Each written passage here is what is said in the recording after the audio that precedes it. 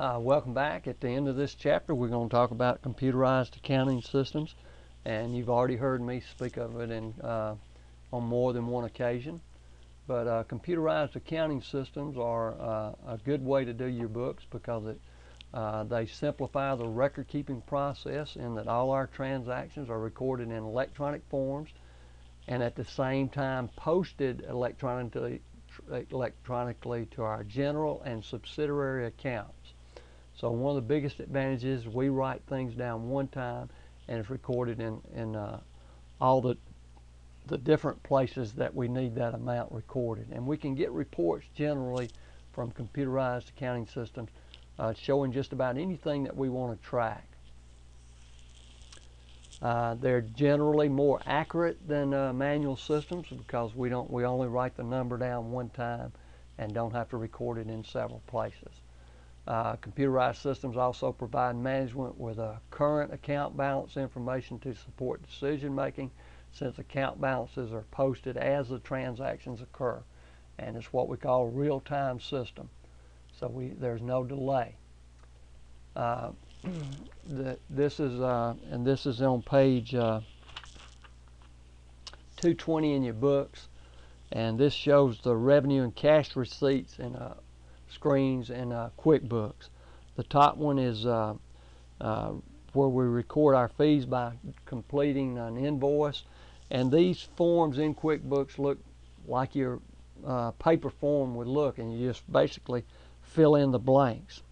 And this one, we're actually posting an account to Accessories by Claire or creating an invoice for Accessories by Claire for $2,200, and it would actually make a posting of $2,200 to our accounts receivable and Accessories by Claire subsidiary ledger, and it would put post a $2,200 credit to our fees earned account.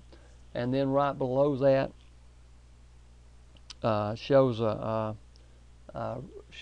receiving a payment, and this is still on page 220 in your book, right in the middle of the page, and you can see that this says customer payment, and we actually click on where it says receive payments, and then this form pops up. We put in there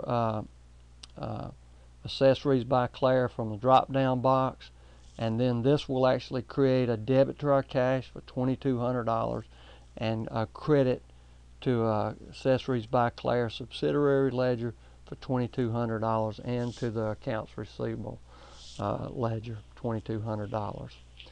And then right below that you can see some of the reports that we can retrieve from QuickBooks. It has an accounts receivable subsidiary ledger.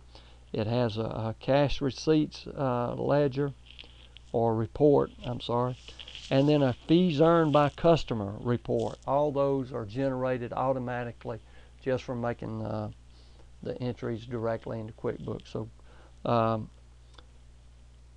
QuickBooks or Peachtree or any of the other many accounting systems out there, they're very Peachtree and QuickBooks are very inexpensive. You're talking about like $100, $200 a copy, and it will just make your life much easier.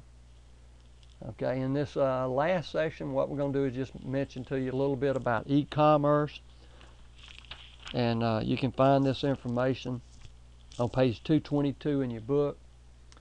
But we're all familiar with e-commerce. Some of you probably are more addicted to e-commerce than others. I'm a little bit of a online guy. I love to buy things online because I don't have to leave the house, and it comes to me in a couple of days. And if I have to find time to actually go to a store, which I don't really enjoy doing, I usually get it quicker if I just order it online. So e-commerce is just using the internet to perform business transactions. And of course, like I said, I do that on a pretty often, quite often, from the comfort of my home. And when the transactions exist between a company and a customer, it's referred to B2C, business to consumer, e-commerce. And then we have three more advanced areas where the internet's being used for business. We have one called supply chain management, and that's internet applications to plan and coordinate suppliers. And then we have a customer relationship management, or CRM, and you'll see that term actually in business, or if you read magazine articles, you'll see it. It's internet applications to plan and coordinate marketing and sales efforts.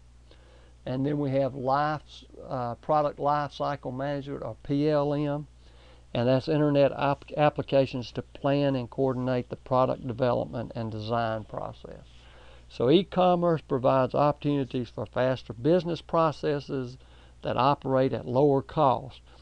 If you've ever seen anything from the banks, to make a deposit in an ATM machine maybe costs the bank 15 or 20 cents, but if you go inside and make that same deposit with a teller, it may be like $2 for that transaction.